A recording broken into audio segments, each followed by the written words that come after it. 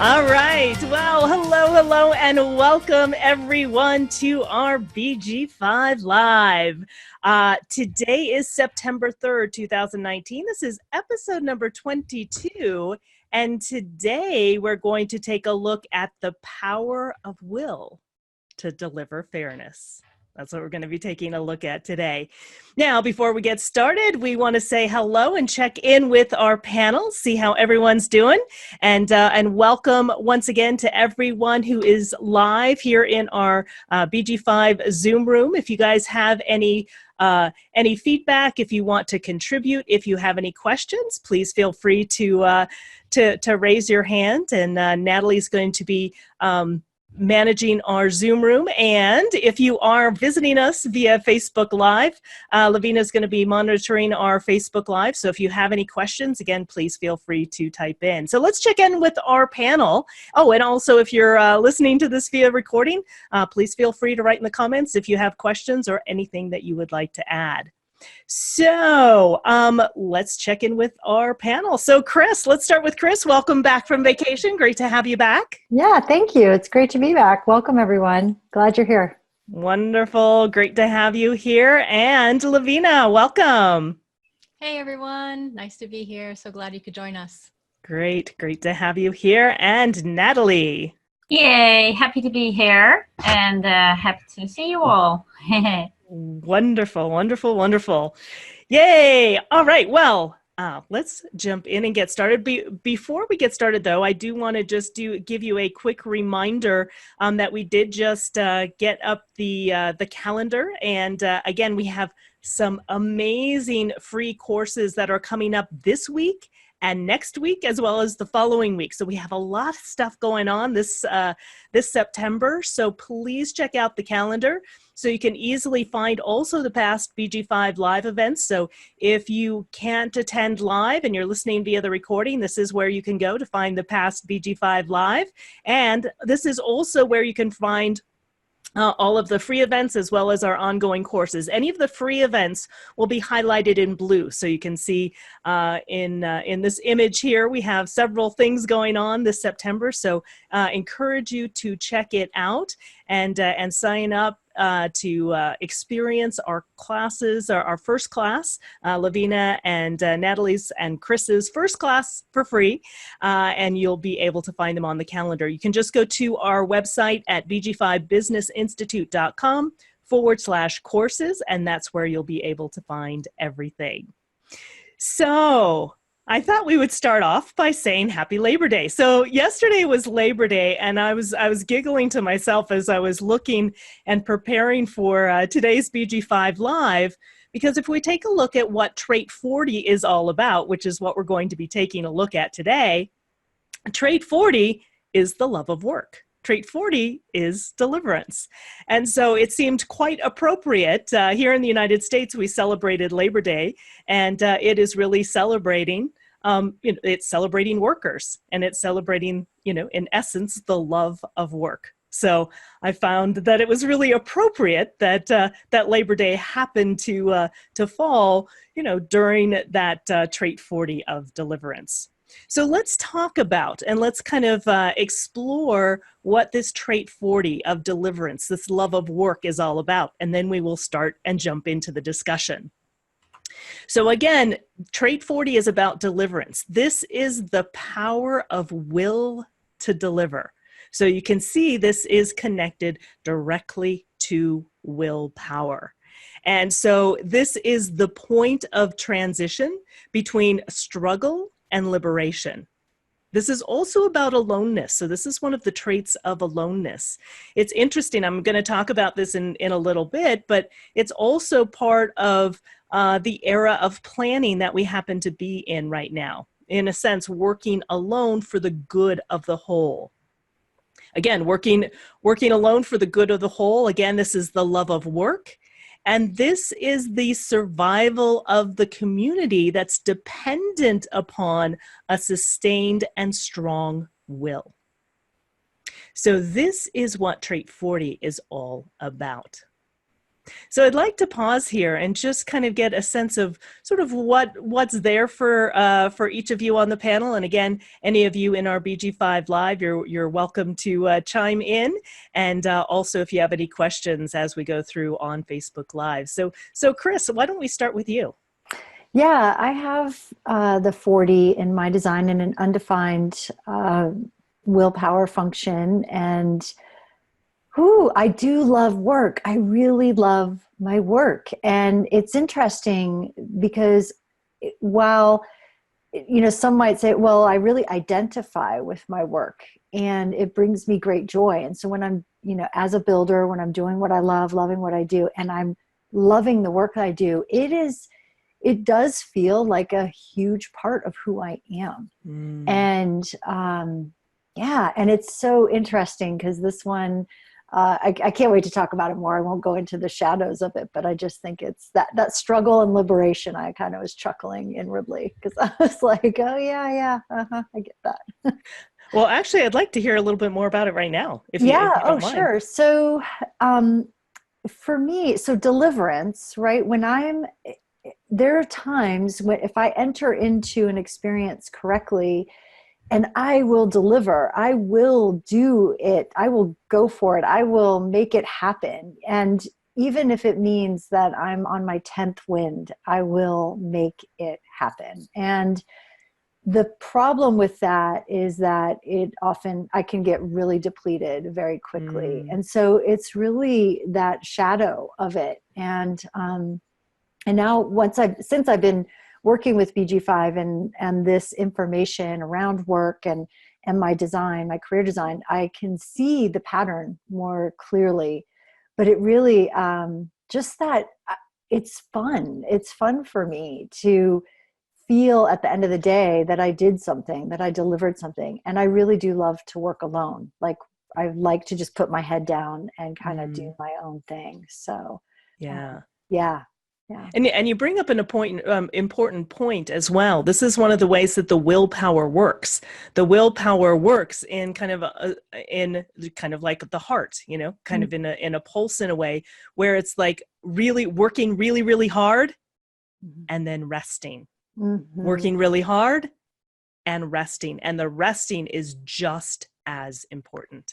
Absolutely. And there's times where I have over delivered and just went beyond willpower, and then I know that I've done that because I fall on the couch or into bed and I can't move. I mean, it takes a lot for me to get to that, but once I do, it's like, ooh, that was not good.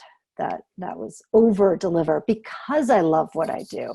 It's easy for me to do that. And then I talk a lot about energy management and managing our energy. And this is a big one where that managing the energy, working and resting, that ebb and flow is really essential.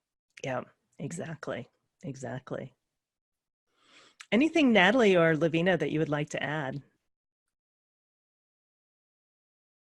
My father has this in his career design, and it's something I'm really familiar with because the most common phrase that he would share with me before he would drop me off at school or whenever I would, leave him for the day would be work hard, study hard.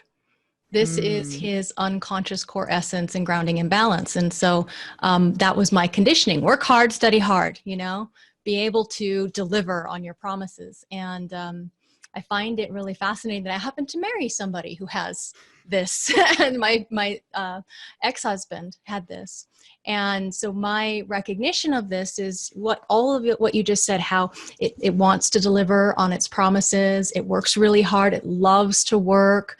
There's this need for balancing work and rest. And another thing that might come up is the way that it expresses itself, because this can have an expression of awareness here, sensitivity to what your family needs, what's going to be most supportive to deliver on so that everybody can get their needs met. Sometimes you might notice that you get stomach issues or stomach ulcers or indigestion if you can't stomach whatever it is that you're attempting to do for the other person. So to recognize that It's not about delivering without some kind of exchange of energy. Yeah, some reward for all of this energy that you're putting out there. So that's the thing that I notice, I observe. Yeah, and that's a really big a big key and a big point with trait 40 of deliverance, is that there has to be, not only does there have to be work and rest, right? There has to be reward for the work that you're doing. There has to be some kind of bargain, right? This is part of the strength that really is about the bargain. And, there has to be some kind of bargain. And what we have seen in the era of planning is this bargain of, I will pay you X and you will do X. It's that bargain of work, that has, that we've been operating in for the past, 400 some odd years. Yeah, really good point. Thank you for bringing that up, Lavina. I just have to laugh. I keep thinking about, you think of those movies where they have the business owner or the leader, and they've got like a bottle of Tums, like the industrial bottle of Tums in their drawer, and they're just like constantly, eating Tums. They're like, they have all these gut problems. It's, they have all of this responsibility and they're delivering, but man, at what cost, right? So. Yeah, exactly. And it's funny that you mentioned that your father has it and that you married someone that has it. This is something I think that I'm also very conditioned by the 40, because my dad also had this as well. And I have a tendency to connect with a lot of people that have this particular strength as well, the strength of community. And so my husband has it as well. So again, there's, and it's been ingrained in me, just like you were saying, Lavina. I can totally relate to that. Ingrained in, work hard, it's like work hard, play hard. Yeah.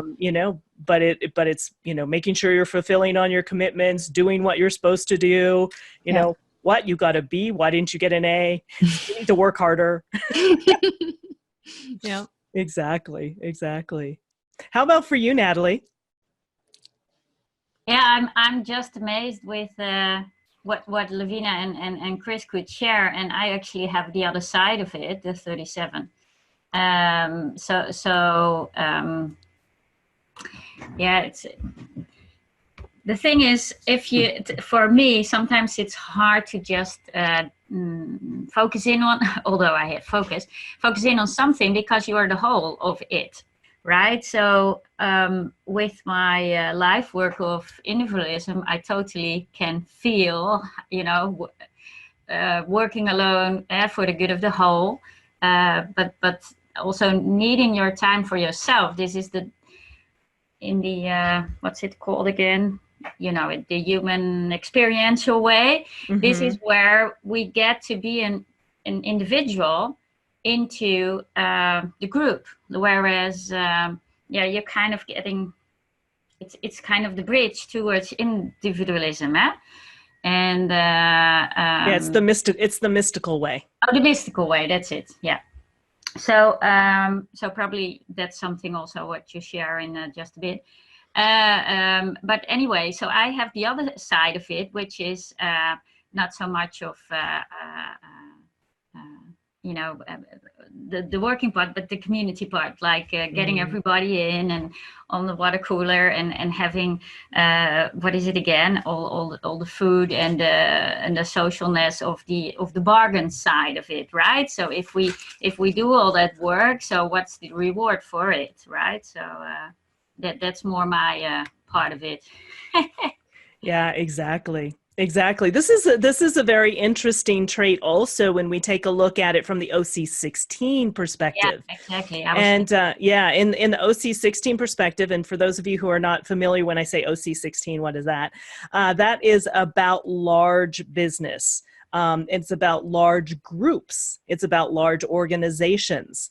And when we take a look at the 40 in a large group context, it's the foreman. Right? It is the one that is basically measuring and paying attention to how the workers are working to be able to manage how much can they handle, right? When do they need to rest? When do they need to have breaks? So the 40 is really about, in a sense, managing the actual work. And there has to be a major bargain between the 37. You know, Natalie was saying she has the 37 on the other end. The 37 on the other end is about family. It's about connection, right? It's family and friends. And so again, it's this balance between working alone and being connected. It's this balance between work and play.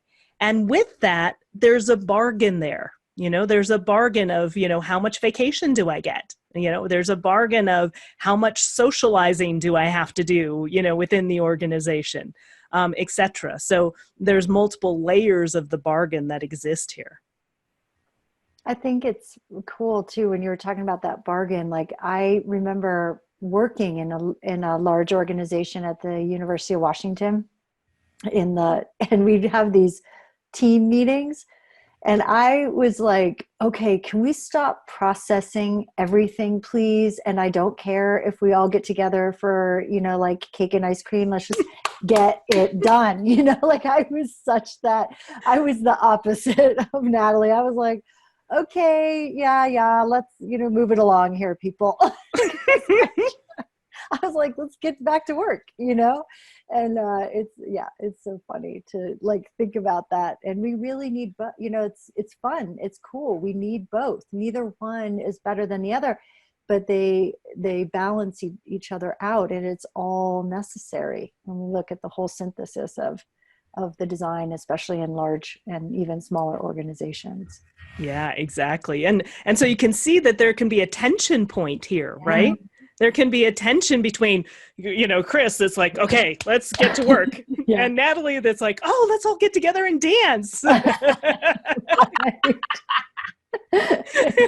No, we need to work. I can do stuff as well, you know? Yeah. Totally. And so really creating, again, that's where the bargain comes into play in really creating that balance. Yeah, so it's really, really fascinating. And I think it's important too, as we're talking about like in teams and organizations, I don't know of any other system out there that can talk about this dynamic in the same way. So we might look at it like Natalie says, hey, we need to congregate and come together as a team to then work together better. Whereas as more of the alone, the like, let's just get it done, I'm like, work first, then party.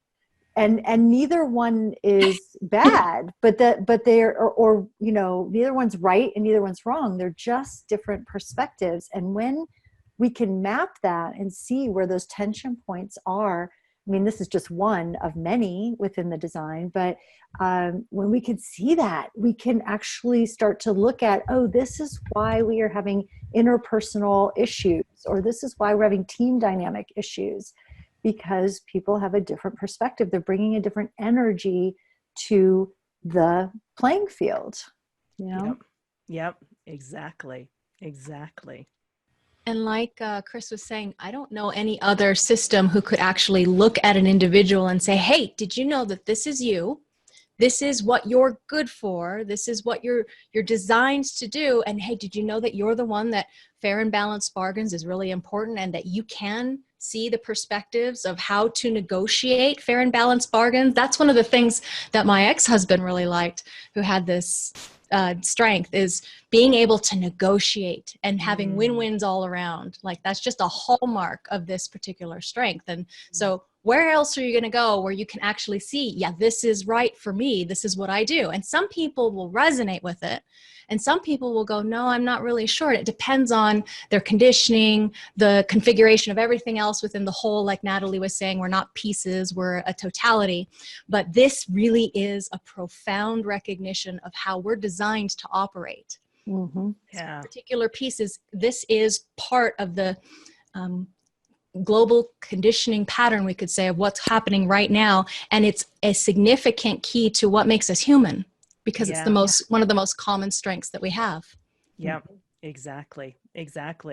And it's one of the strengths that has been, you know, part of this era of planning that we've been in for the last 400 some odd years. So the era of planning started in 1615 and it ends in 2027. So its ends right around the corner. We're moving into a new era.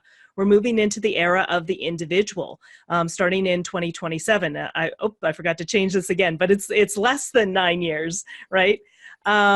So I just wanted to point this out. I just thought it was really fascinating because we took a look at this last week as well. So remember, last week we took a look at the 39.6, and we took a look at as well as the other 59s, right? But we took a look at the 59, and we took a look at where we're headed to. So where we're headed to in the era of the individual is this temporary union, the perfected relationship, whether for a moment or for eternity. But where we've been for the last 400 some odd years is in the 41, and we're talking about the 40 today, which is about recuperation. So it's the ego strength to enjoy being alone, or its uncomfortableness in being alone too long. And so if we take a look at where that shows up, we can see this big blue arrow here.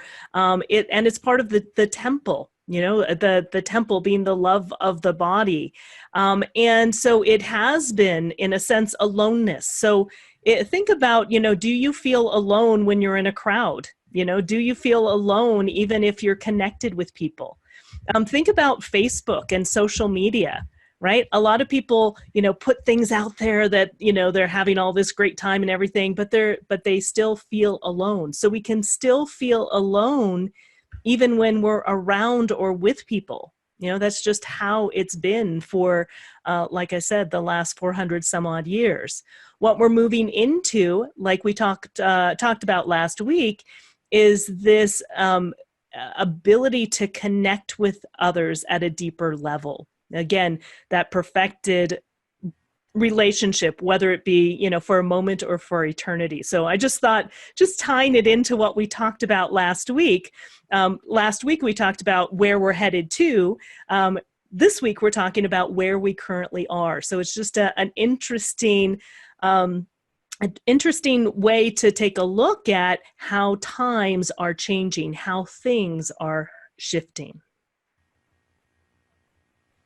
Any questions or anything that any of you would like to add here? Well, I asked in our panel if there's anybody who has trait 40 or trait 37, and Brett answered he doesn't have any, but either. But I said, so do you recognize anything of it in the world? And he says, yes, I do. Do you want to say something, Brett? I'm going to give you the mic if you want to. Sure, I see it in the world all the time, but mostly I see it as imbalance, if you will. The imbalance in the drive for work, the imbalance with the connection with the family. And I see family not as, as soon as we talk about family, we think of family at home, but the work environment is a family as well. Mm-hmm. And I see that in many instances. It has been, I see it as a huge imbalance rather than as a balance. Yeah. And that's a very good point, Brad, because, one of the things, with this, strength as well as this particular trait, there's a tendency, Chris kind of alluded to this, of being a workaholic. I know for my dad had this particular trait, and he worked all the time. And so there is a tendency, like you said, to have that sort of, like you said, Brad, this imbalance of, too much work and not enough rest, too much aloneness and not enough connection. Well, and one of the other things that I see out there, and I've seen it many, many, many times, is that people who don't have this information, many believe that we are all the same. So if I can work this hard, so can you. Yeah. And that's a huge imbalance right there, and thinking that we all have the same talents, gifts, and abilities. We all have talents, gifts, and abilities, but they're all radically different. Yep, Amen. Exactly. Really, really good point, Brad. Thank you so much for sharing that.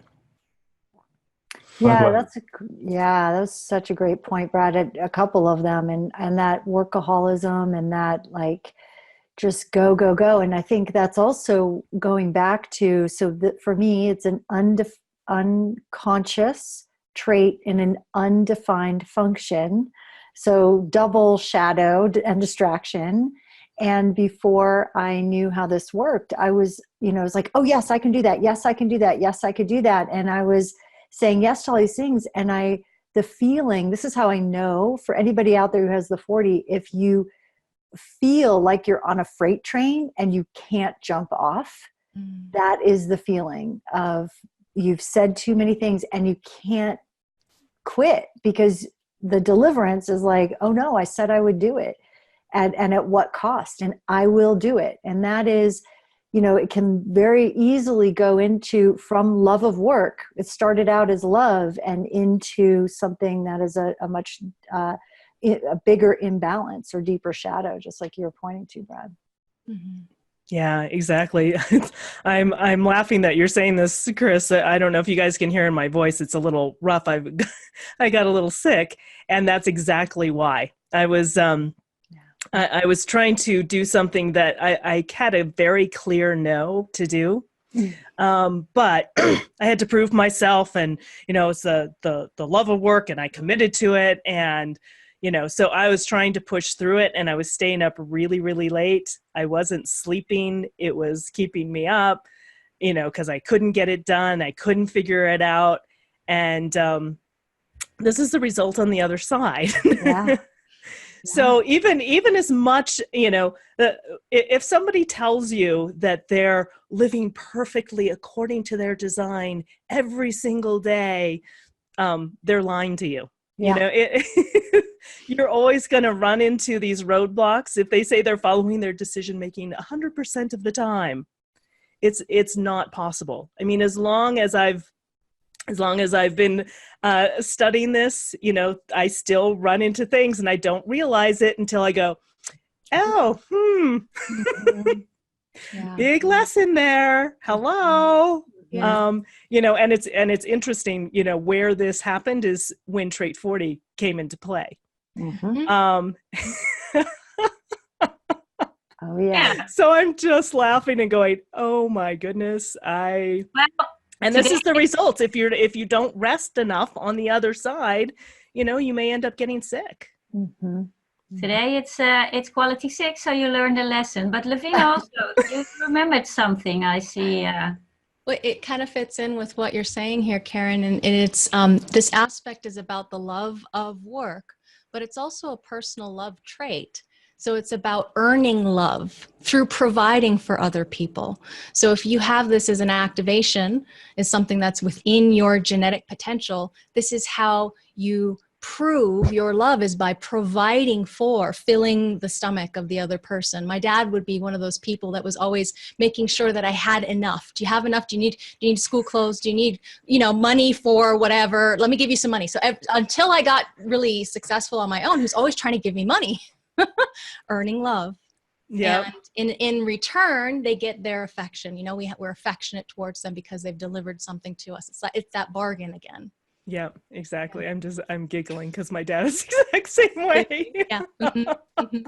Yeah. That's why I wanted to remember to share it because it's such a key hallmark. I love that. Giving gifts and proving your love. Yeah. Well, it's so interesting because you brought up, like, both of those are dad figures, right? And I'm kind of thinking about my dad, and I don't know if he has this one or not, but I think about me, and I'm like that whole feeling of like, I'm working really hard to show my family how much I love them by doing this work and providing something, right? And it's really interesting to just listen. Don't forget the social hugging.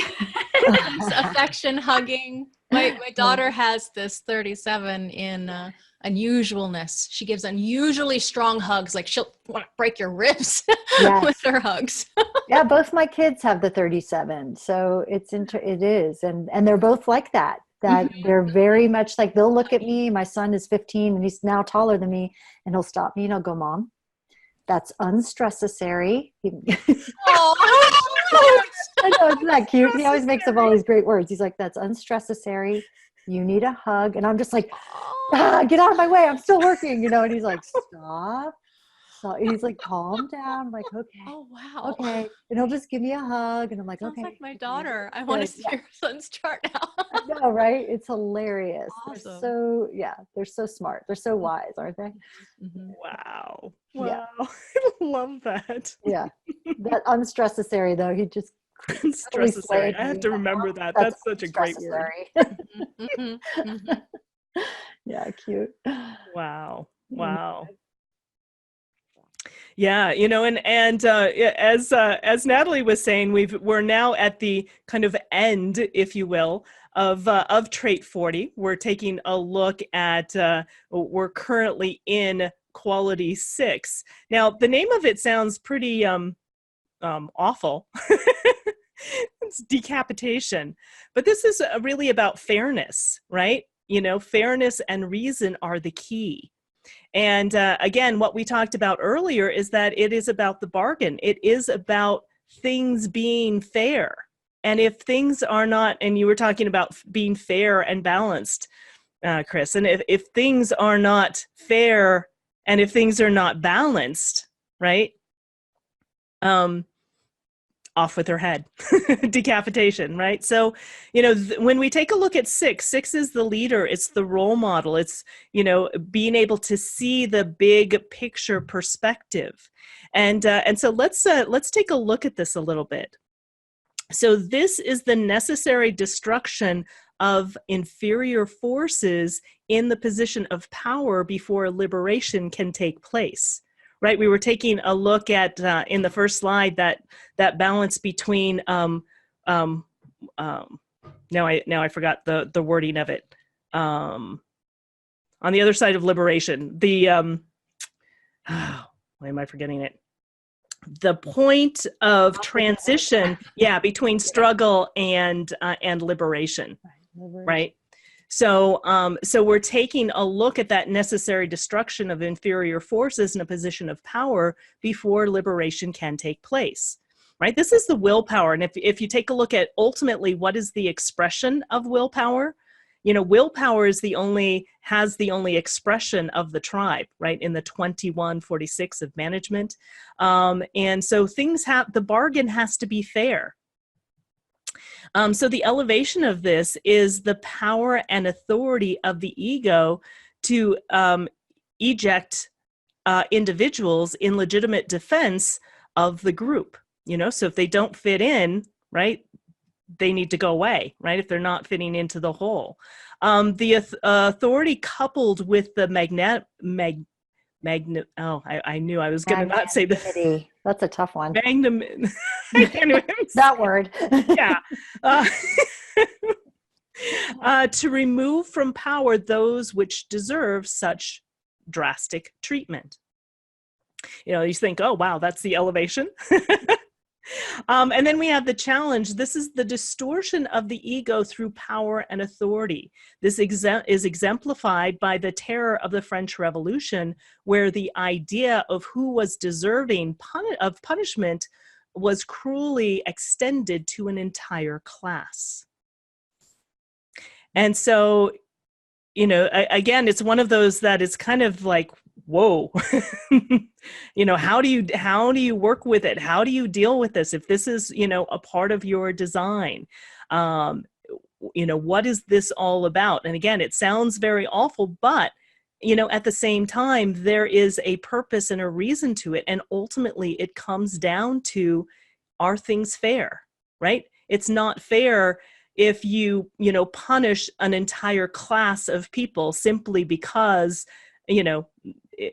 they get this label, right? The distortion of ego through the power. So it's being able to see where that distortion is. The power of authority and ego to eject individuals in legitimate defense of the group, right? If someone is, not correct. It's interesting. As you were just reading that, I had this, kind of think of it as like the slave driver. Mm. or the person who is in charge and is like, we're going to, no, you're not going to, you don't get paid. You're not working hard enough, right? It's that driving. And then in the elevated, exalted, right? Then it's like, you're out of here. No, you can't do that. You can't treat people that way. You can't drive people that way. It doesn't work, right? The challenge would be that if that person still is in power, and then think about it in a little way like Hitler. Like, here's a person who said, okay, through fear said, everybody is this way. Everybody who's, this blood or this skin type or whatever deserves to die, right? And people believed that. They were in the challenge state of it, the ego. Oh, I better align with that person in power so that I have something. And it's not fair, right? From the outside, it's not fair, but on the inside, it would feel very fair because it's life and death. Yeah. Makes sense? So, and for anybody else who's listening to these descriptions and going, huh? Because that's kind of what happens when I read the line qualities. I'm like, huh? But then when I picture it, it starts to make sense. Yeah. Yeah, exactly. Love your pictures in your head, Chris. No, they exemplify. They really help to understand. Yeah. And Rachel was saying she often thinks that the problem is dependency. So would you like to say something about that, Rachel? Of course, we're talking about a trait that is tribal, but what I was thinking or what I was noticing is when people are criticizing or their spouse or whatever, sometimes the problem is not the other one, it's their dependency, because that's if they are not dependent, they wouldn't be criticizing the other person. They would be saying, well, the other person is allowed to be who they are, and my first allegiance is toward me, and after if I'm happy, if I'm doing what I'm supposed to be doing and what I love doing, then I can allow the other person to be who they are. So very often, even in the work area, the problem is the dependency. That's what I'm thinking, what I observed. Yeah. Yeah, and that ties in, Rachel, to exactly what Chris was talking about.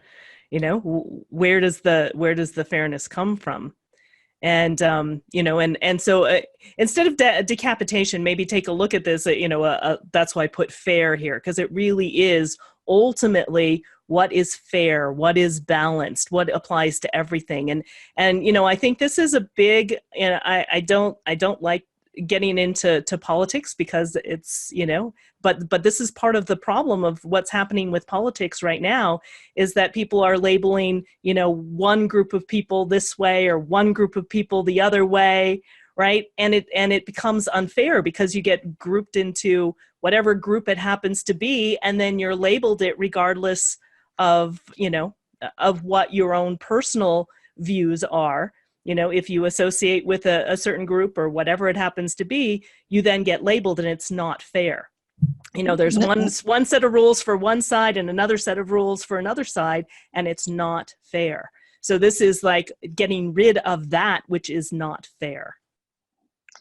Well, the dependency, what it does, it is asking the other person to do for you what you refuse to do for yourself at a certain point, Yep, exactly.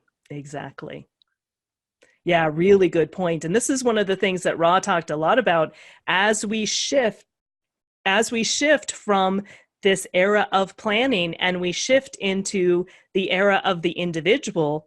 People are lost in dependency, just like you were saying, Rachel, and it's going to be difficult. It's going to be a shock. It's going to wake people up.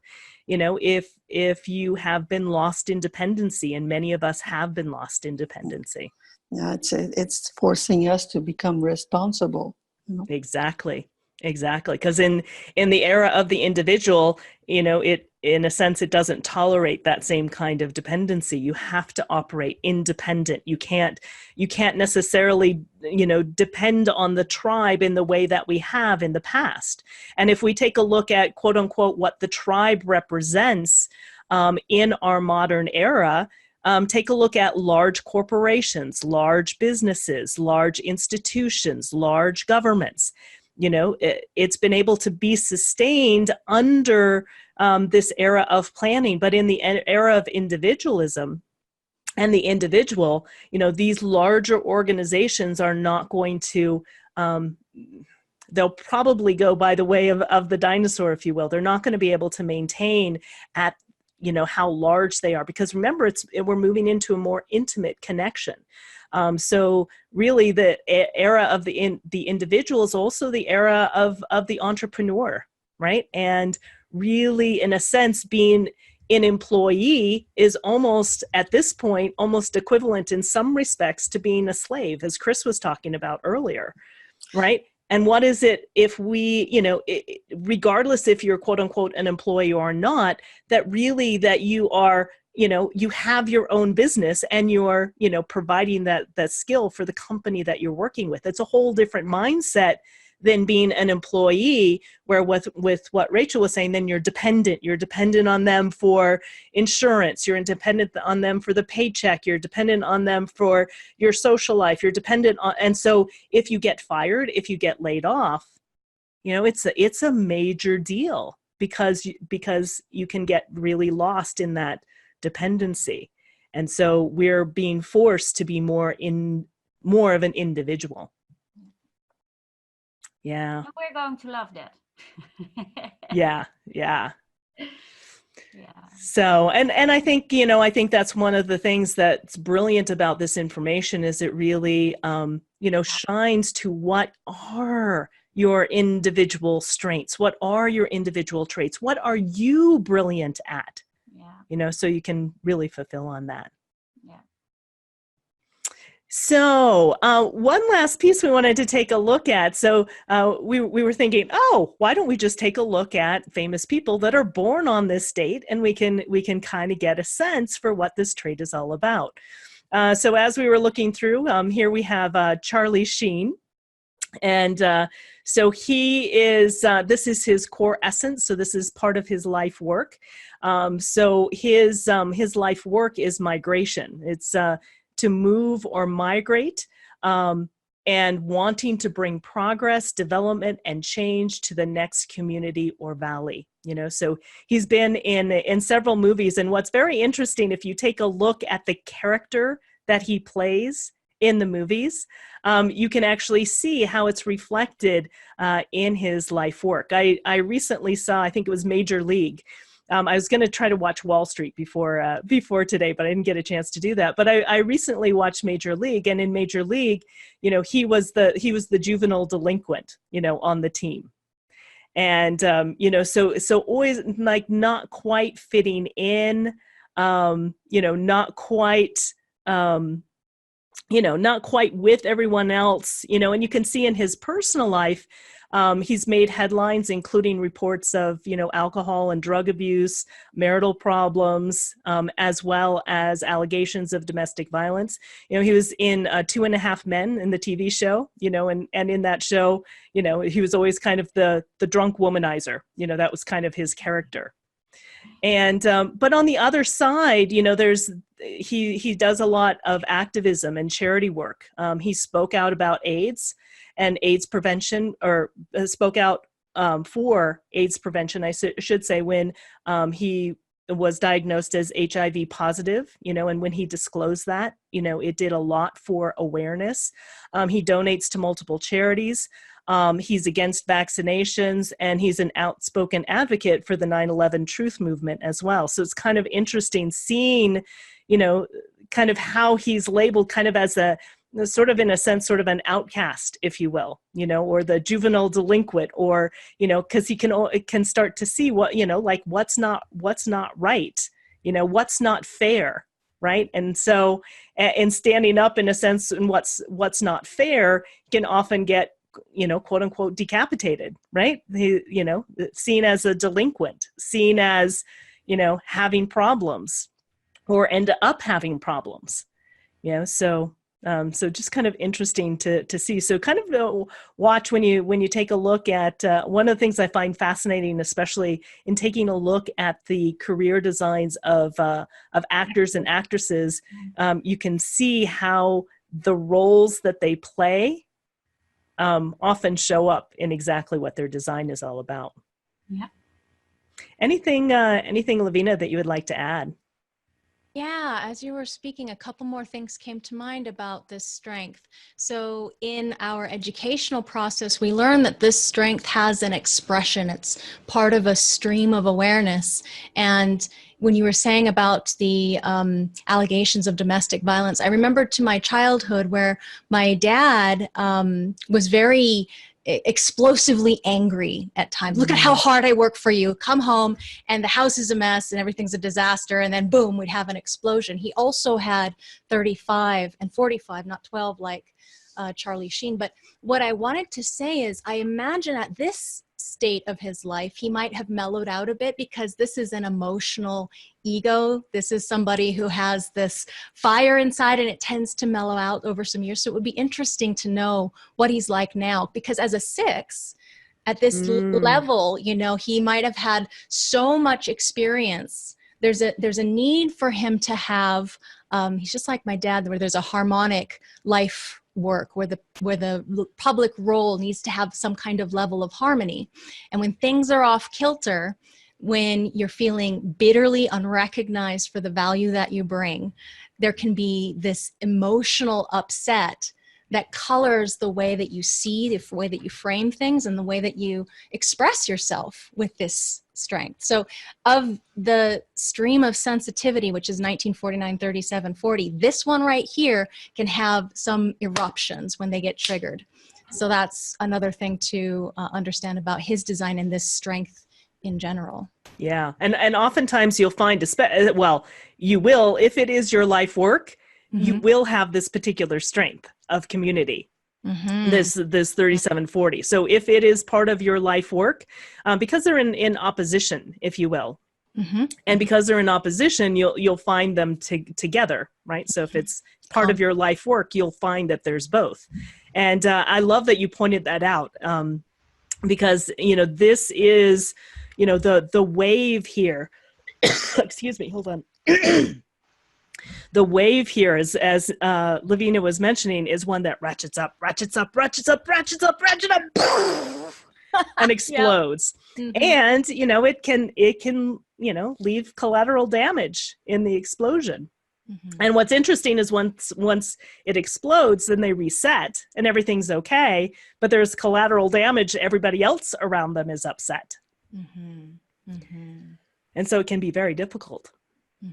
Hold on a second. Yeah, there's a lot of maturity that happens with people who are this quality, the 6, where they learn through the experience in the first 30 years. I imagine that's another reason why he might have had a lot of being in the news, because in his younger days, he was a wild one. Yep. Yeah.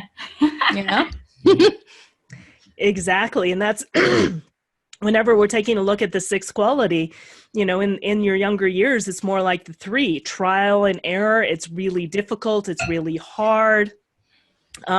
It's not always easy. And you can see that he has gone through a lot of turmoil, a lot of upset, a lot of ups and downs. And like you said, Lavina, it'd be interesting, to see how he is now, in sort of mellowed out and now bringing forth that wisdom. And the thing is with the 6 is that you can only bring forth that wisdom because you've gone through that trial and error, because you've gone through all of those difficult times. You can now say, I've been there, I've done that, I've experienced it, I've now healed, and now here's the wisdom that I can share from that perspective.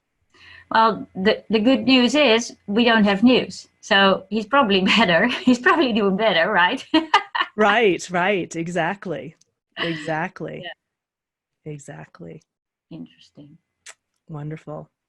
Well, are there any more comments? Are there any comments or questions in Facebook, or anyone who is in our BG5 live room that would like to add anything or share anything?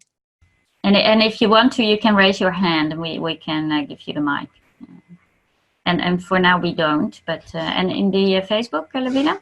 Yeah, just a special shout out to some people who have joined us. Hi to Deborah, Sarah, Natalie, Diana, Michael, Jarle, and Katarina. I can see some familiar faces for our foundations class coming up, and also Ricky.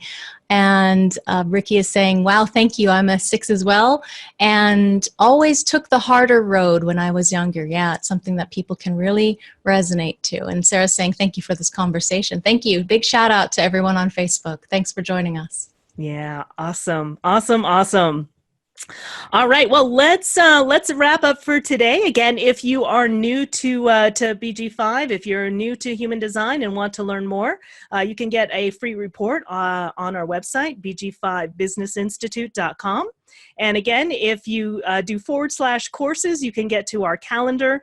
And again, you can click on any of the calendar events, and you can quickly register for any of the free events. So any of the blue items that you see there are free events that are coming up here in September.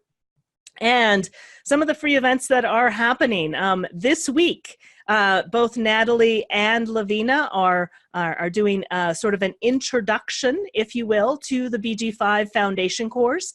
So if you're just starting to get to know this information, this is a really great place to start.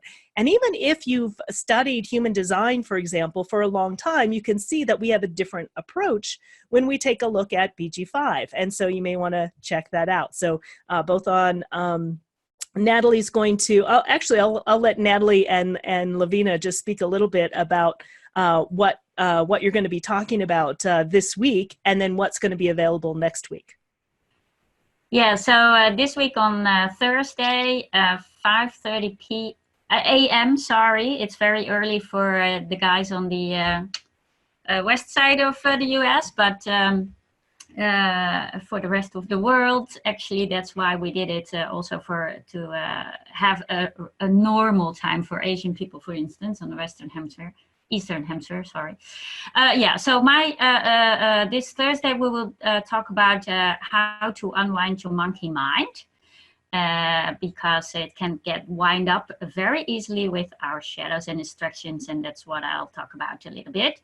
And then next week is the first free class of the foundation course at the same hour. Yeah, beautiful. And how about for you, Lavina?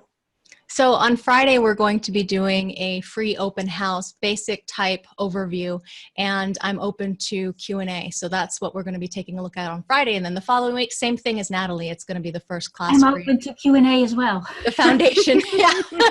Yeah. Some interaction, just like a meet and greet, be able to get to know us as teachers, to see if you resonate with our style of teaching, and to get familiar with the format with which we deliver these classes. So sometimes it can feel a little scary to come into a new environment where you don't know anybody, but don't worry, we don't bite. We're welcome to answer any of the questions that you have about any of these things that we've been discussing, and also, of course, the foundation classes that we offer. Yeah. And I'd just like to throw out there that if you have been studying human design for a while, or you're just new to it, or you've been kicking the tires for a while or whatnot, that this is the only place that's actually licensed to teach the business aspect of human design. And so just keep that in mind as you're looking around and checking out different, I know that there are people out there that are teaching courses that say it's for business, and they likely do not have that certification or license to actually teach that. So just, if that's important to you, that's fair to you, then you might want to just go ahead and check out the foundation and the certification courses here. The first class is free. So, Yeah, exactly. Yeah, thank you for that, Chris. And Chris is actually going to be teaching our Profit Potential workshops coming up in a few weeks. So it's a few weeks away, but she also has a first class for free as well. Do you want to say a little bit, Chris? Yeah, I'm really excited. So we're going to start with the Profit by Being You through communication, communication in action, or the center of manifestation or function. That's all about manifestation and communication. This is huge. I mean, this is marketing. This is getting your message out. This happens to be one of my key profit potential functions in my design. And so I love teaching it. I love talking about it. And that's on September 24th. So join us for the first class and see if you'd like to join us for all of them. The series, I'll be kicking off my series with communication. And then you, Karen, have on September 18th, the energy resource, which is the sacral center or the energy resource center. So we do have a couple of those coming up. Yeah, exactly. Beautiful. Yeah. So make sure you check out the calendar, make sure you sign up for the free classes and, and again, to see if this is correct for you to move forward in. Mm-hmm. All right. Well, thank you, each and every one of you for being here.